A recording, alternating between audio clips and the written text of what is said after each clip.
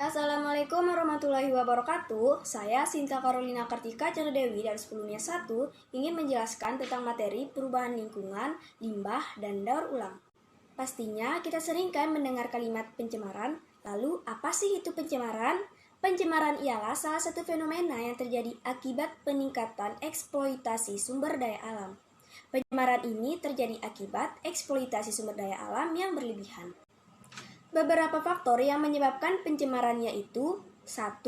Peningkatan jumlah penduduk yang tidak terkendali. Kalau misalnya jumlah penduduk bertambah secara tidak terkendali, otomatis penduduk memiliki kebutuhan seperti makan, minum, tempat tinggal, dan pakaian, dan pastinya bersumber dari alam. Yang kedua itu adanya perkembangan teknologi. Contohnya ialah pabrik. Tentunya untuk menghasilkan produk pasti membutuhkan bahan baku. Bahan baku tersebut diperoleh dari alam. Dan teknologi pasti meninggalkan zat buang atau limbahnya ke alam. Yang ketiga, adanya polutan dengan jumlah yang banyak. Polutan itu ialah makhluk hidup, zat, energi, atau komponen-komponen lain yang dapat menyebabkan pencemaran. Salah satu zat dikatakan polutan jika memenuhi salah satu dari syarat berikut. 1. Kadarnya melebihi batas normal. 2. Jika waktunya tidak tepat. Dan yang ketiga, kalau misalkan berada di tempat yang tidak tepat atau berada di tempat yang tidak semestinya. Polutan ada dua sifat, yaitu 1. Merusak dengan jangka pendek, dan yang kedua, merusak dengan jangka panjang.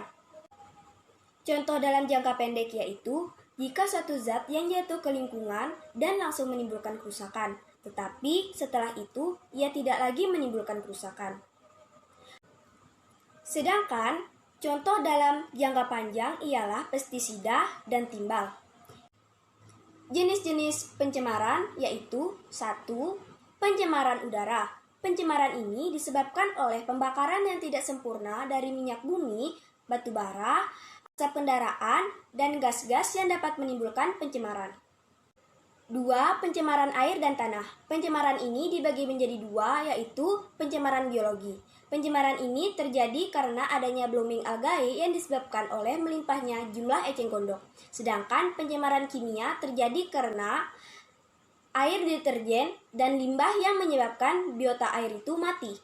Yang ketiga, pencemaran suara. Pencemaran ini disebabkan oleh bising yang berlangsung terus-menerus seperti suara kendaraan, mesin industri, dan pesawat terbang. Selanjutnya, beberapa cara dalam pelestarian lingkungan ialah 1.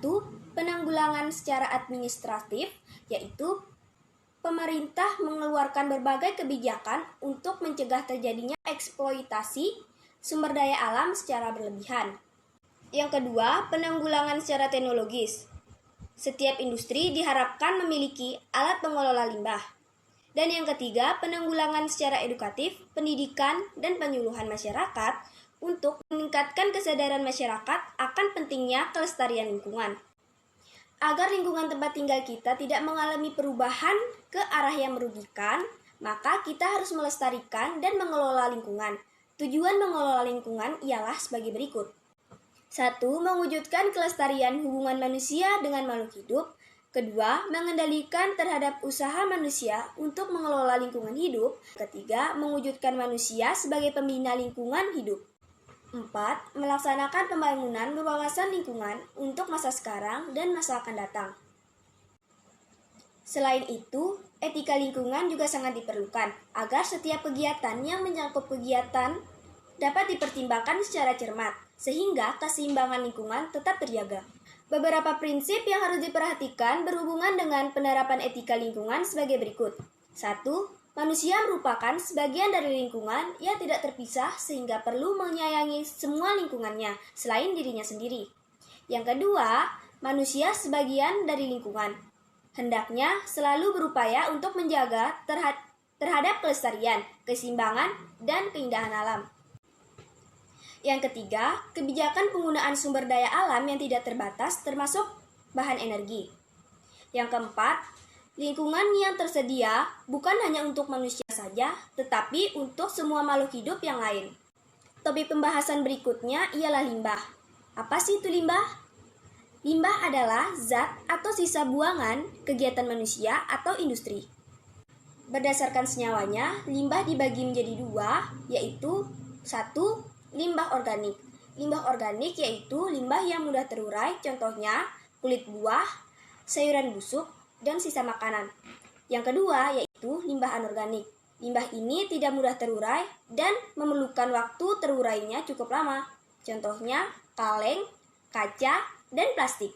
Berdasarkan sumbernya, limbah dibagi menjadi 4, yaitu 1. Limbah pertanian. Limbah pertanian ini contohnya pupuk dan pestisida. Yang kedua ialah limbah industri, contohnya limbah hasil pariwisata dan limbah hasil pasar. Ketiga, limbah industri, dan yang keempat ialah limbah pertambangan. Dan limbah berdasarkan wujudnya dibagi menjadi 3, yaitu 1. Cair, contohnya air sabun, air deterjen, dan air yang mengandung pupuk. Yang kedua, limbah gas, contohnya CO, CO2, SO2, dan CFC atau klorofluorokarbon. Yang ketiga, yaitu limbah padat, contohnya plastik, kaleng, kaca, dan lain-lain. Untuk teman-teman ketahui, tujuan daur ulang limbah ialah mengurangi jumlah limbah, mengurangi penggunaan sumber daya alam, dan mendapat penghasilan tambahan. Jika kita cinta lingkungan, kita harus mendukung penggunaan produk daur ulang, karena ini sangat membantu untuk mengatasi masalah sampah yang memang tidak ada habisnya untuk kali ini.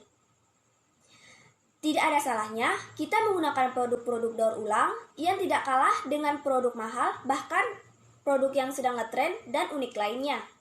Sekian video pembahasan saya tentang perubahan lingkungan, limbah, dan daur ulang. Semoga bermanfaat dan mohon maaf bila ada kesalahan kata. Wassalamualaikum warahmatullahi wabarakatuh.